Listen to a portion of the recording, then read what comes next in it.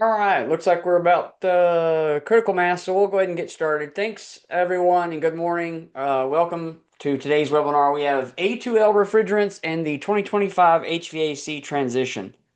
My name is Randy Plumley. I'll be your presenter today. But before we get started, of course, as always, we will have a quick housekeeping notes.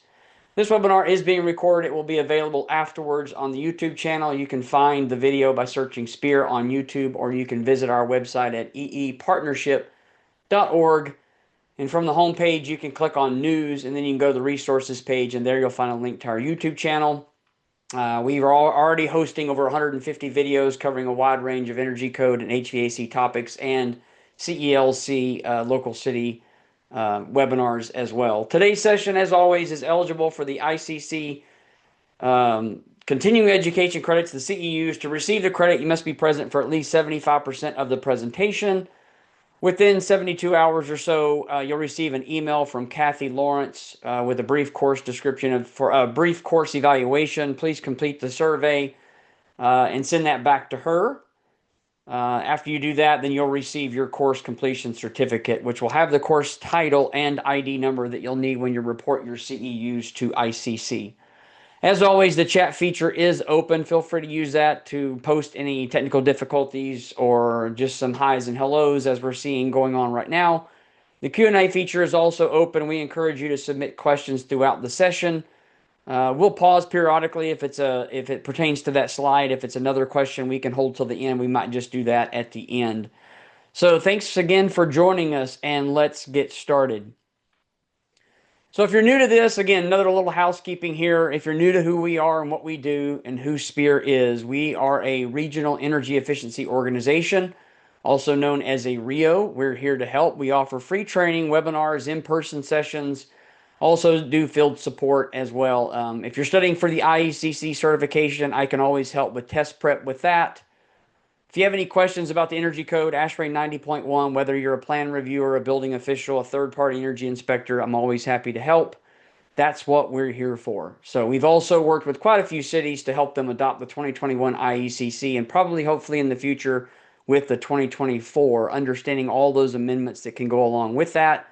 It can get complicated, but we're used to helping folks sort through that. So I'll share my contact information at the end of this presentation. Feel free at any time to reach out to me. I'd love to help make sense of the energy code or any other questions that you have about what's going on in Texas and Oklahoma. So again, welcome and thank you for joining us today. This important session for the A2L refrigerants. I'm going to just preface this by saying I am not an HVAC certified guy. I'm an energy code guy. I've been a HERS rater. I've been a lead QA or lead green rater. I've been in this industry for over a decade. I did my research on the HVAC stuff to try to bring some of this stuff to you for the importance and safety of what this change is bringing to our industry. But always feel free to reach out to someone that's more educated on this.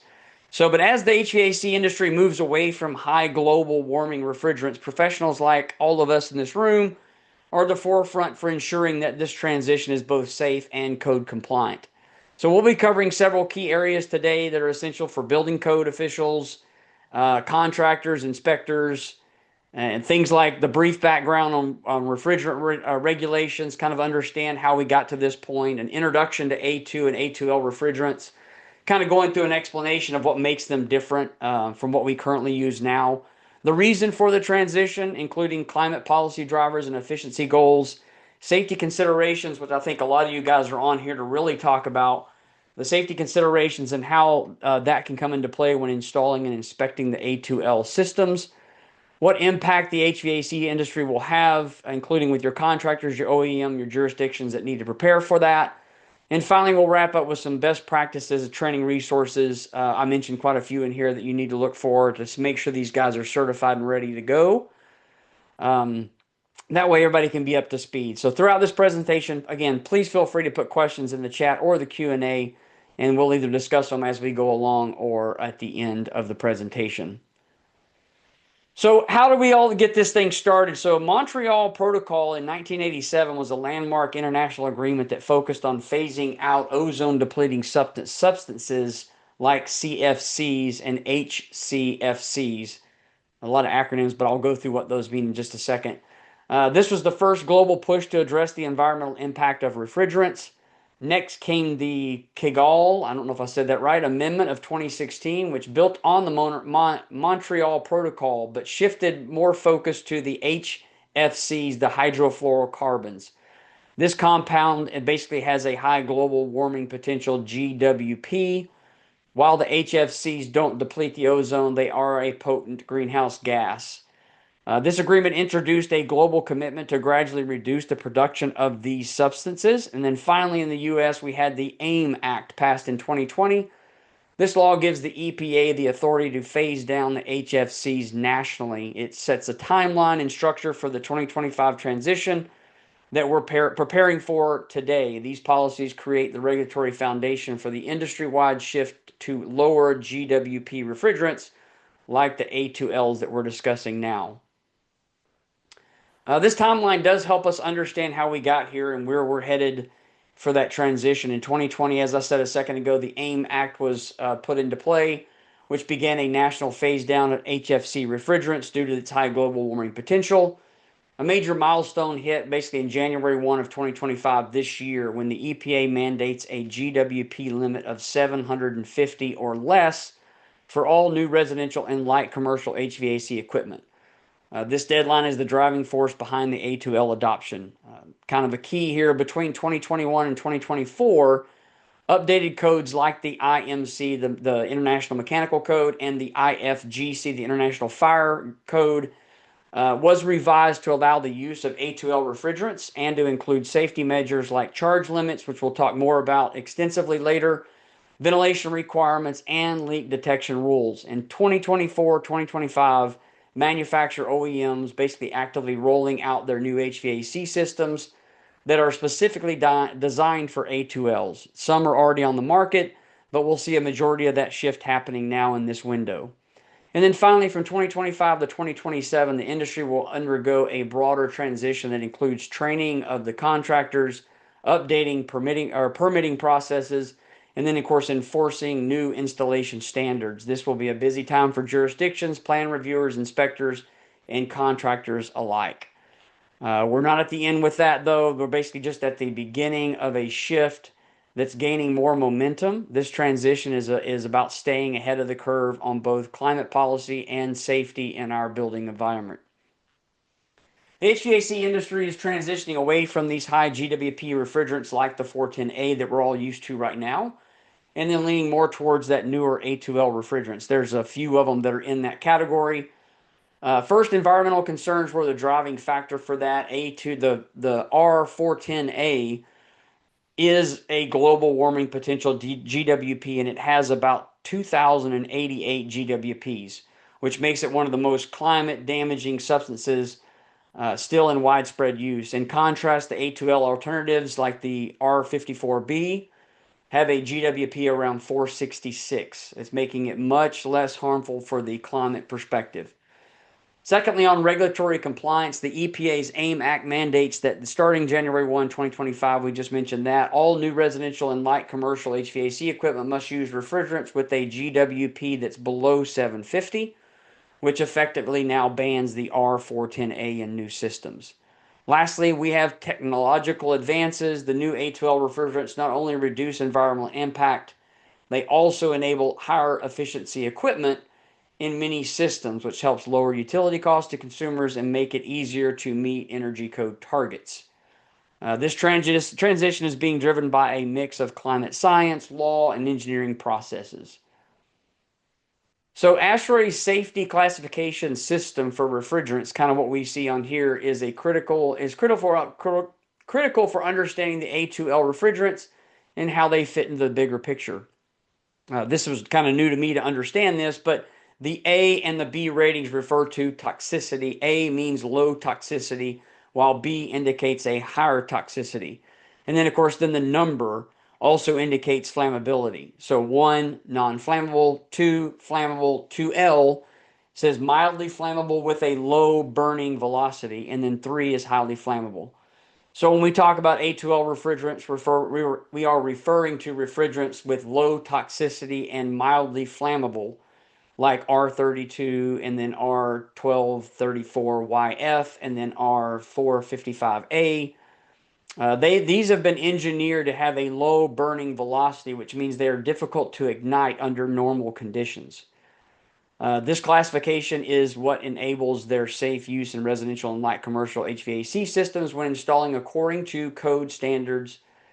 It's important to distinguish A2L from A2. Both are flammable, but the A2L is much less reactive and is considered safer for mainstream applications.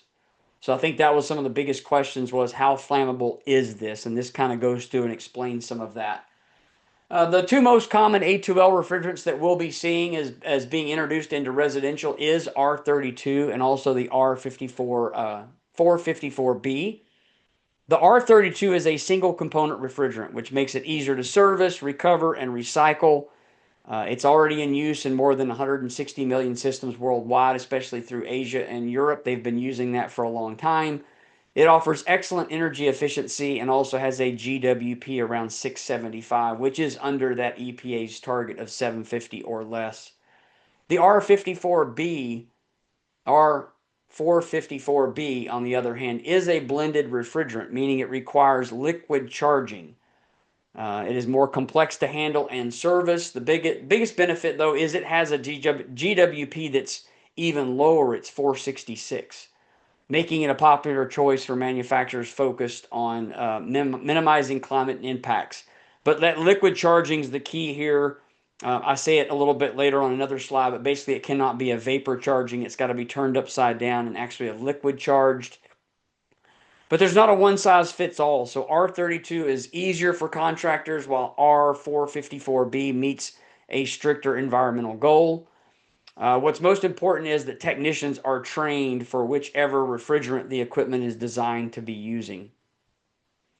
So here's kind of a comparison of the three refrigerants that we're most going to be concerned with and kind of understand where it is now in the marketplace is the R410A. That's been the standard for years. It's non-flammable, considered an A1. It's easy for technicians to work with, but it has a very high GWP of 2,088, making this basically a target for the phase down due to its climate impact. R32, again, we talked about that, has a GWP of 675, making it acceptable for that limit. It's mildly flammable and easier to work with and offers the higher efficiency over the 410A. 454B is even lower at 466, but it is a blend. We just talked about that a second ago. Technicians need to be trained on properly charging and handling of this equipment. The key takeaway here is all the refrigerants require proper technician training and code compliant installation, especially when flammable refrigerants are involved. So safety considerations, the job for the inspector is to understand the actual risk profile of the A2L refrigerants and how to manage them safely in the field. So while A2Ls are technically classified as flammable, they are much harder to ignite than traditional flammable gases.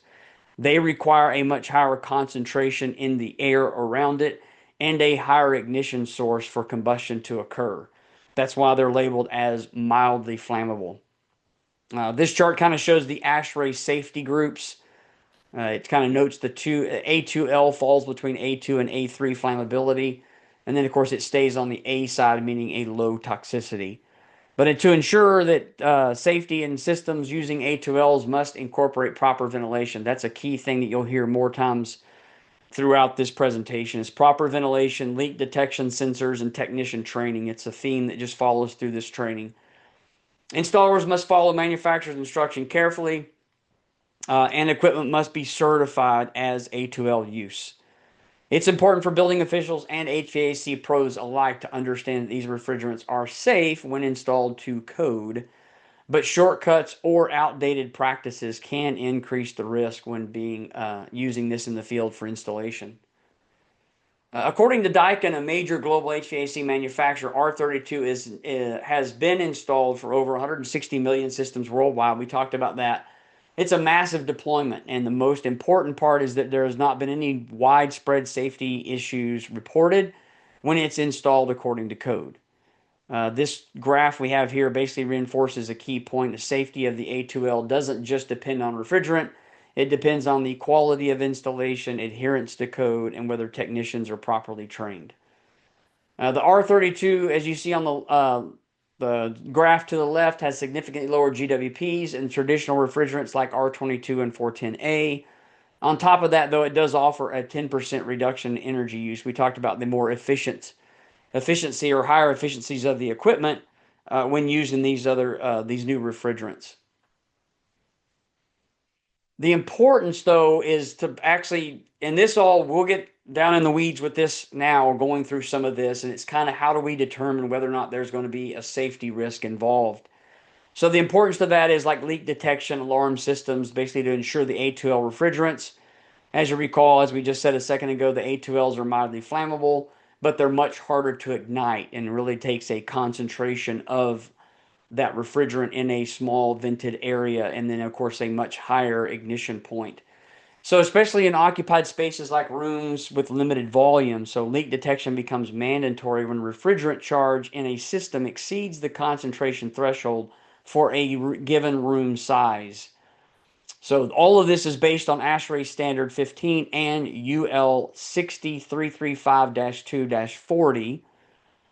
In some cases, especially with large charge systems or equipments installed in confined indoor spaces, there must be an audible and visual alarms tied to the leak detection system to alert occupants or service personnel. The image you see on the right-hand side basically is kind of what happens when you have a leak for a long time that's not properly monitored. It's not about just the comfort, it's about avoiding fire hazards, electrical shorting, and structural damage as well. For building officials, the key here and key takeaway is, and the key questions is the leak detection required for the system based on the room size and the charge? If so, has this detection system been installed and tested? And then are the systems actually functional and connected where required? It kind of goes back to, we've talked about many a times in the webinars that we've had, is mechanical ventilation up to 2021. It just had to be installed but not verified. Now, even with that and the 21 going beyond, it has to be tested and verified. Same with this kind of systems being installed. They must be tested and verified that they actually function properly. So it's not just enough to have a sensor. It has to work, and it needs to be part of your verification in your final inspection to see that it actually is working as it's intended.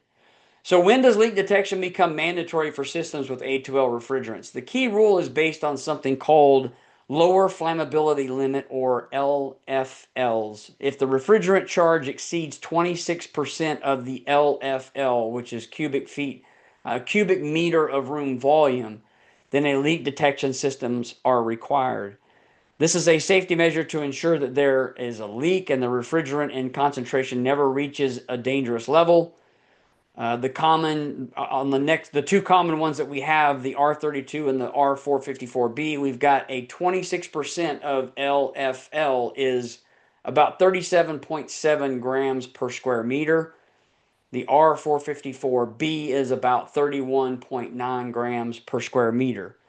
So for any room, you multiply the volume, which is the cubic meters, by the threshold to calculate the maximum allowable charge without requiring mitigation.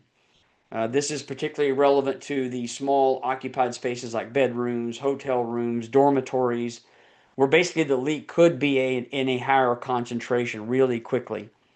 If the charge exceeds that threshold, mitigation is required, and that includes leak detection sensors, alarms, and then also sometimes additional mechanical ventilation or airflow dilution systems. These systems must be installed and tested and maintained to ensure their function in the event of a leak. Plan reviewers and building officials on here, you should just basically verify the charge limits have been calculated and documented, and that the required mitigation strategies are clearly indicated in permit documents. So that's kind of the key of where we're going with this, is when something's turned in for that for permit and it's using this type of equipment, you got to make sure, are the charge limits calculated correctly? Are they documented correctly? If they meet a higher limit, then basically are mitigation strategies actually listed on the plans, and how are they going to do that? Where are the alarms going to be installed? Where are the leak detectors going to be installed? And then, of course, how do you test and verify those when you're doing your inspection? There are some real but manageable safety risks associated with A2L refrigerants. First, let's reinforce that A2Ls are considered mildly flammable. Let's see, we got one question from Casey. I assume these alarms and leak detectors are for commercial and industrial applications, not residential. Yeah, it kind of talks about that a little bit later. Is it's going to be rare that you see that in a residential, but commercial, yes, light commercial even.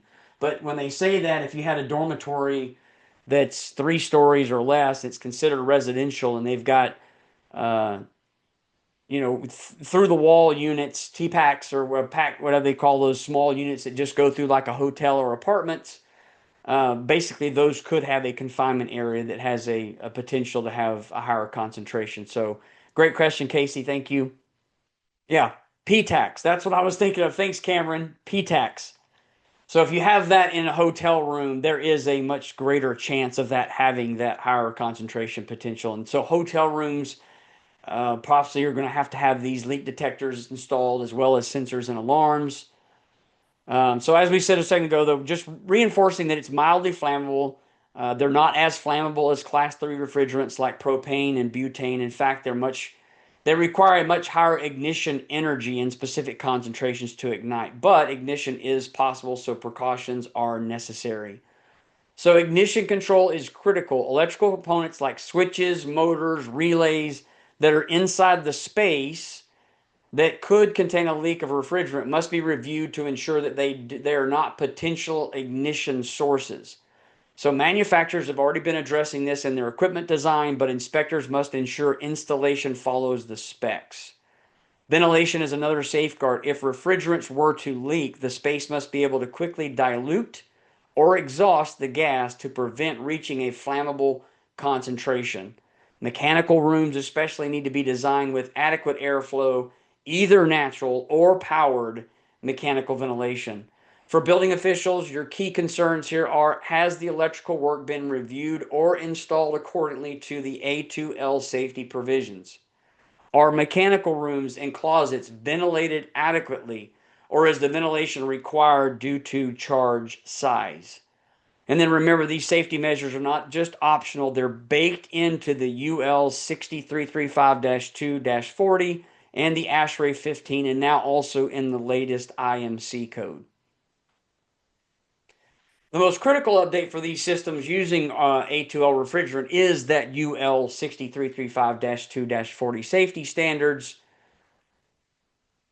Antonio says, what are the A2L safety precautions? That's kind of what we're going through right now. If I don't answer that question on the next few slides, please let me know. This standard especially specifically addresses electrical appliances that use flammable refrigerants, including heat pumps, air conditioners, dehumidifiers. And the 2023 version of this UL standard is now adopted in the U.S. regulatory bodies, contains the technical safety criteria required for the listing for any equipment using A2L refrigerants like R32 or R454B.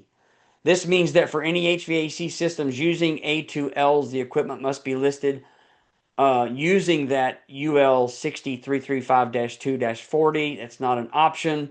It's a core compliance requirement. Manufacturers are designing their equipment around this standard. And again, inspectors must check to make sure that it's followed the manufacturer's specs for installation. For building officials, the two key takeaways here is the equipment properly listed for use for A2L refrigerants? And then was the installation done to the manufacturer's instructions that are specific to A2Ls? This includes things like the ventilation requirements, the clearance spacing, and whether leak detection is required. Deviations from manufacturer specs can create safety risks and invalidate warranties or code compliance when installed incorrectly. The most important safety and code compliance area when working on those refrigerants, basically when installing them, is, let's just break this down. We've got charge. We've talked about it a little bit earlier, but charge size limitations, the amount of refrigerant allowed in the system installed inside an occupied space is strictly limited.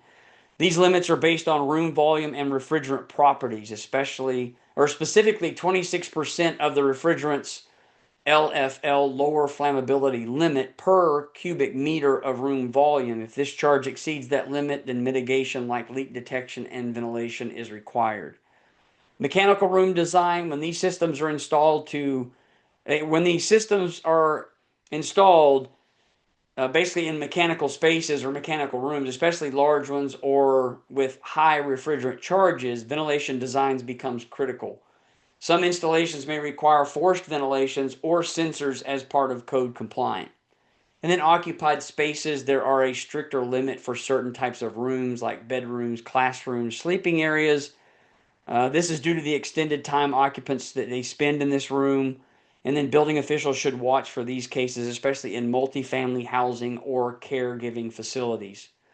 Building official concerns here is inspectors and plan reviewers need to confirm two things. Was the refrigerant charge limit calculated and is it included on the permit plans? And then is the placement of the system, especially an indoor unit, code compliant for the intended room type? And then A2L systems can absolutely be safe indoors, but only if the charge and room volume are code required or code compliant, and if required mitigation systems are in place when needed. As A2L refrigerants become more common, it is increasing the importance of code alignment and enforcement. Of course, I'm the energy guy and talk about energy all the time, and enforcement and code alignment is a big thing with me, even when it's just energy. A lot of people say it's not health and safety, but it can be, and this is kind of one thing that we're bleeding into is now we have refrigerant changes, which brings in more health and safety concerns. But starting with the mechanical code, both the 2021 and the 2024 IMC and the International Fuel Gas Code, the IFGC, have been updated. Basically, that's specific to addressing A2L refrigerants. These include provisions on charge limits, ventilation, leak detection, other safety measures.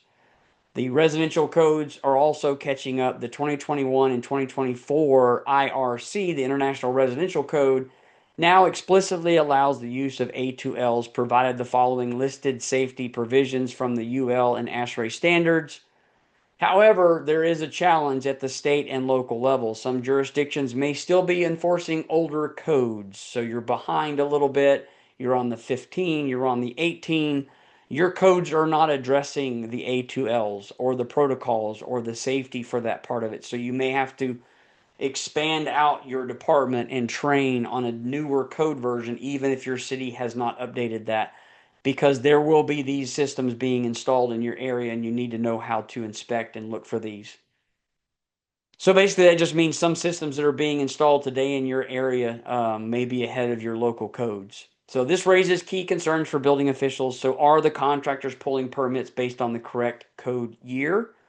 Are the A2L systems even legal to install in your jurisdiction? I kind of say that with tongue in cheek of, I mean, legal, that's not really the right word.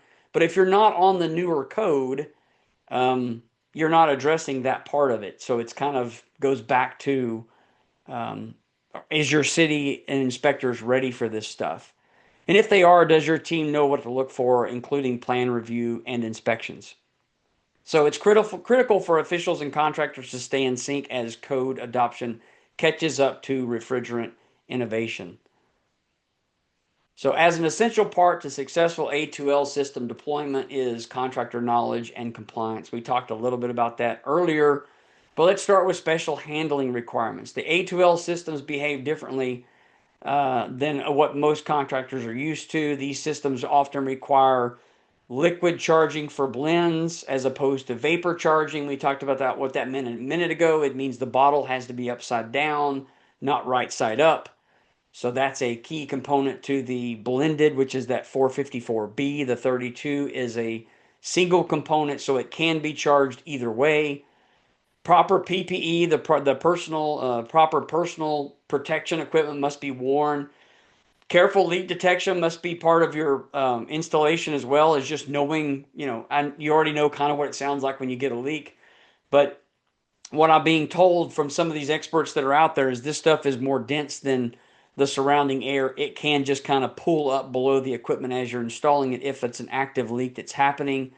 A lot of people have incorporated just putting in little fans, battery powered fans, a Milwaukee fan, a Ryobi fan, a DeWalt fan, something just with a battery charge that you can just set next to you that's blowing that away from you to keep it from pooling up below the system. So it's critical that technicians are trained specifically to handle and install A2L safely and correctly. On the EPA side, there is a standard section, basically it's called Section 608 certification, is still required. However, that training alone is not enough for safe A2L handling. Many manufacturers, including Trane, Carrier, and Daikin, already now are offering A2L specific training modules in their trainings. So as a building official, you should be asking, is the contractor certified beyond just that Section 608? Have they taken A2L training? You can require proof of that.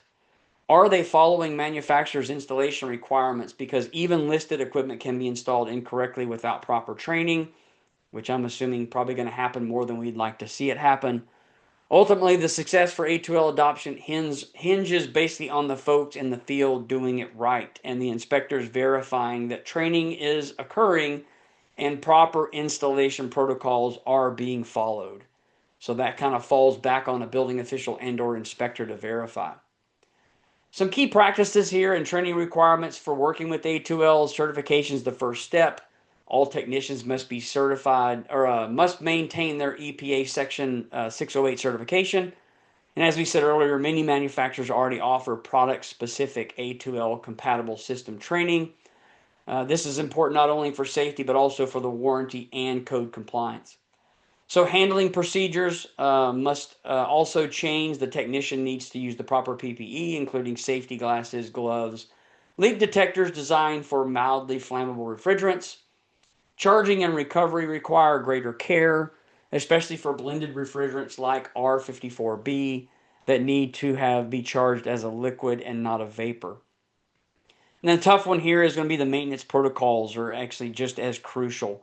So systems must be inspected regularly for leaks, and leaks must be addressed properly to ensure safe operation to basically avoid code violations.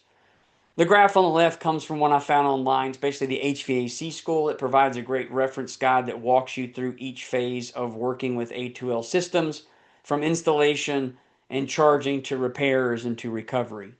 So there's already training out there that's happening for these things. A2L refrigerants will affect the HVAC industry across basically three key areas. So equipment redesign already been happening. The systems are already out there, but they must be compatible with the A2L refrigerants. This often means a complete redesign of the components like compressors, coils, electrical controls, making sure that they're not a potential fire hazard or ignition point. Some systems may need leak detection ports or ventilation features that are built in. Training requirements, basically the trainer, as we said multiple times already, but I'll keep hounding on that. Technicians must be trained to properly handle mildly flammable refrigerants, including safe storage, proper charging methods, especially if it's blended refrigerant, and knowing how to respond to leaks or alarms. And then also cost implications. So there is an upfront cost of buying new equipment and training the technicians, but that's balanced by long-term operational savings due to the increased efficiency of A2L compatible systems. So over time, consumers and contractors alike benefit from lower energy bills and reducing environmental impact. This is a significant change for the industry, but it's one that brings both regulatory compliance and long-term economic advantages as well.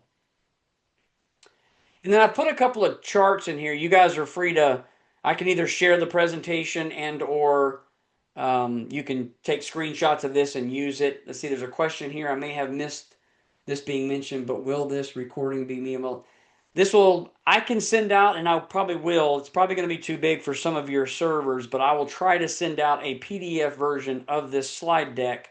It's also going to be uploaded to our YouTube channel, which should be available within a week.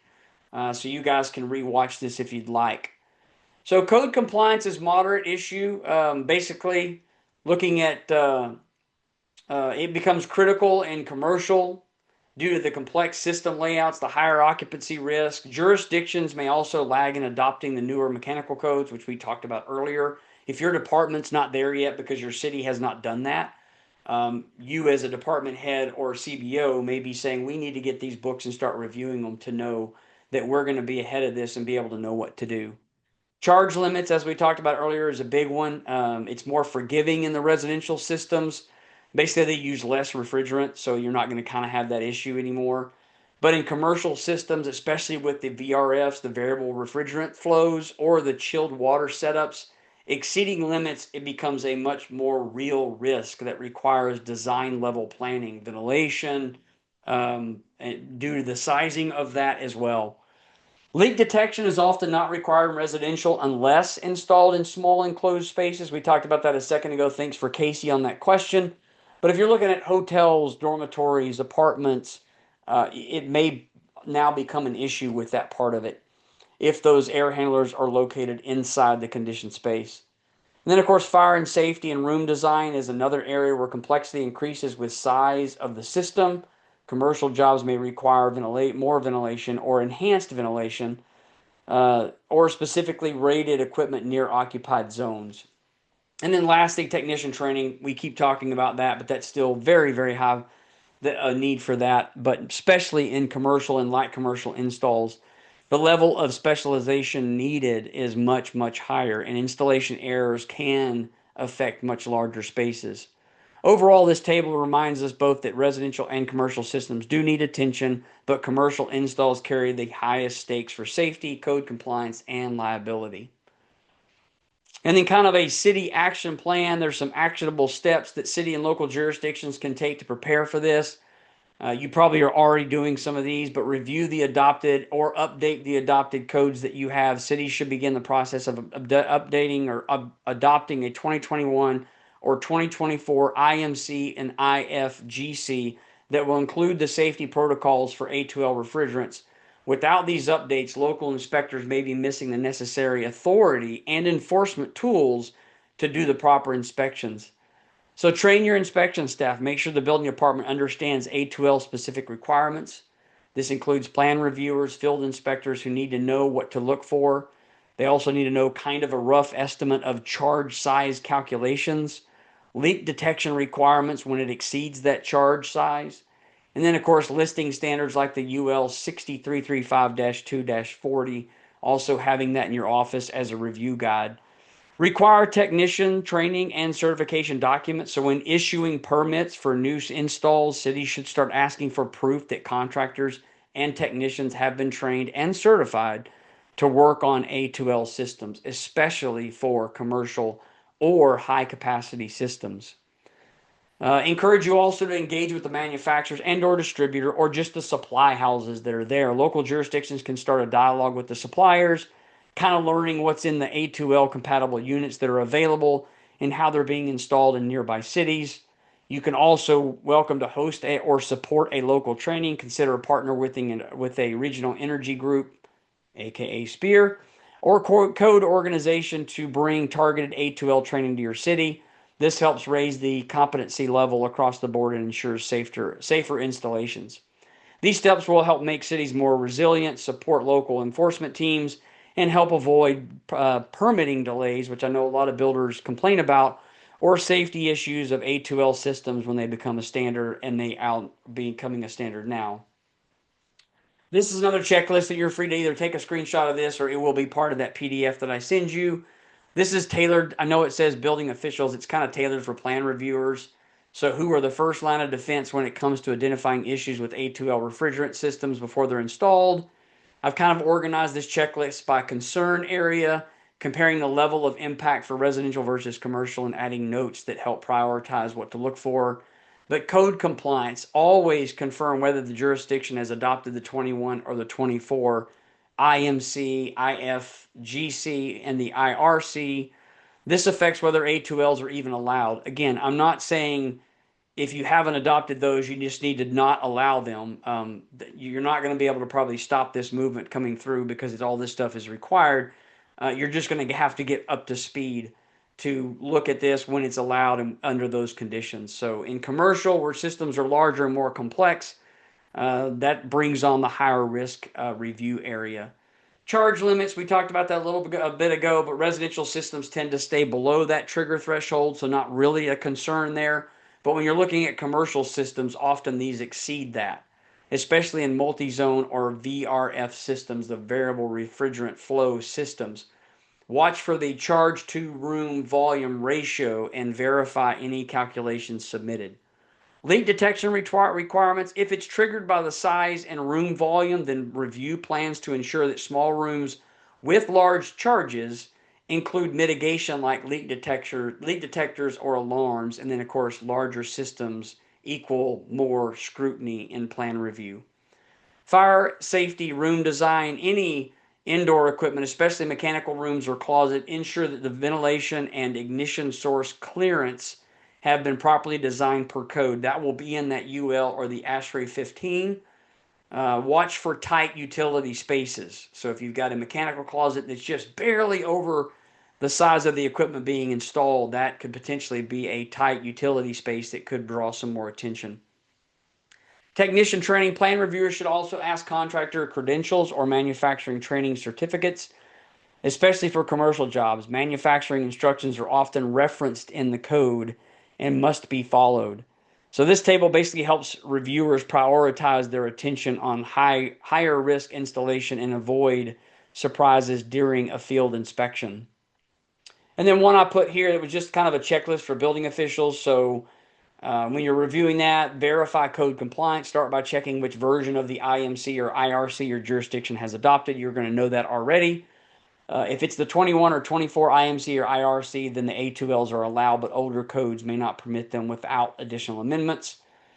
This would have something you'll have to go up the chain and up the ladder to figure out kind of how your department's handling that. Confirm the equipment is listed. Make sure the equipment has the UL 60335-2-40 listing. This standard ensures that the unit has passed rigorous flammability and safety tests for use with A2Ls.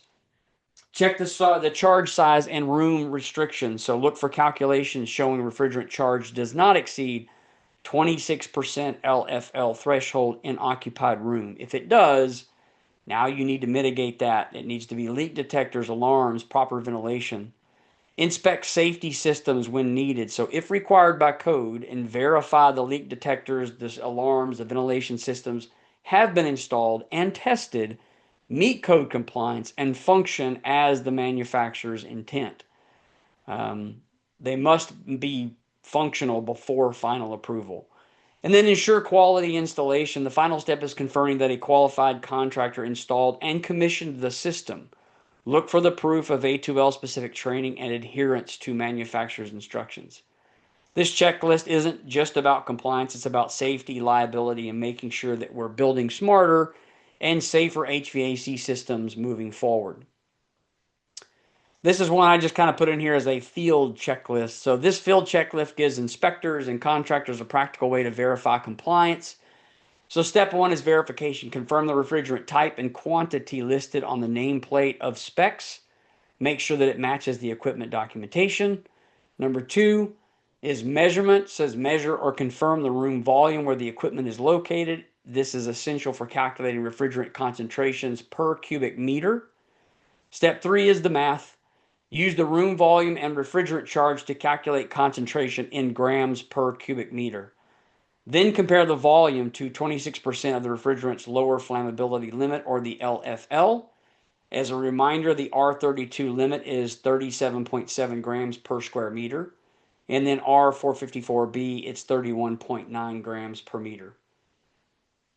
If the system exceeds these thresholds, of course, now we're looking for leak detection. Is it tested in functional? Alarms and ventilation. Also, is it tested and functional? Must be present if code required.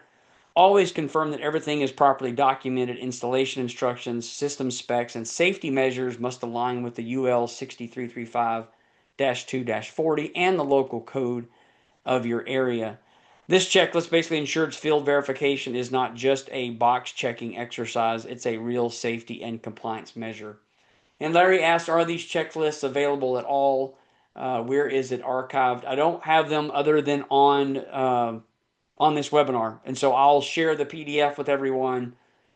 We've got what is the code requirement refrigerant piping inside the shaft of the building. I don't have that in here, but I can find that out and get back with you. Is there a discussion with A2L changes in the 2027 with requirements in chases? No, I've listened to a lot of those 2027 code committee, I guess you'd call them hearings. I haven't heard anyone addressing these to be put into chases again, with the proper ventilation, how those are installed, especially in Texas, we got most of our stuff in attics that are well ventilated, but it becomes a concern with them being in mechanical closets. So no, there's not one that's addressed for putting them in chases. And then lastly, as we close out here, remember that the transition is not about switching refrigerants. It's about modernizing our HVAC systems for cleaner, more efficient future. A2L refrigerants bring clear climate benefits, but they also introduce new responsibilities. So with the right training, updated codes, and proactive enforcement, we can make this a safe and successful transition. Of course, Spear is happy to be here for support for your city, for your staff, or for your contractors throughout this change. I know a lot of HVAC guys that are on here, they've got technical training from the manufacturers or supply houses that they can get readily available to them, even through ACA. Sometimes if you've got a paywall for ACA and you can't get to that training, then things like what we do is kind of your best next step, is just to get that kind of stuff from somebody like Spear. So that's kind of all of that. I know there were some questions in here I did not address. I will try to get back with you on Kurt, on the chases. I'll see if there's anything that's being discussed with that. And then also on what was the same kind of question, talking about shafts throughout the building. I know that was a question and concern when these things first were introduced, is are we going to have to make a chase throughout that to keep that? I think the question is going to be, or the answer is going to be no to that, because if you build a chase, then you have a high concentration potential in that chase. It needs to be well ventilated. So I don't think that's going to be what people are going to want to go for. I could be wrong. So thanks for everybody joining us today. We know that navigating and this transition of the A2L refrigerant is a big shift in our industry. I hope today's session gave you some tools and some confidence to move forward in your city for training. As we continue to support local officials, contractors, and energy professionals across the region, we invite you to stay connected with us. Follow Spear on LinkedIn. Visit our website, eepartnership.org, for tools. Most of you guys have probably already done exactly how you got to this, is joining our Energy Codes newsletter. You can also connect with us on Blue Sky, which is a new one that's out there. And so we are looking forward to working with everyone and supporting your team as this industry evolves. But before we wrap up, I want to thank again everybody for attending today. I know there's a lot of changes, a lot of information that was on here. If you have any follow-up questions, need training support, or want to help connect with your city and organization with resources, feel free to reach out to me directly. I can help with that, whether it's technical questions, permitting discussions, assistance with the code and updates, and enforcement strategies. I'd be glad to help with your support efforts for that. So again, thanks to everyone, and I'll stay on for just a bit if there is any final questions.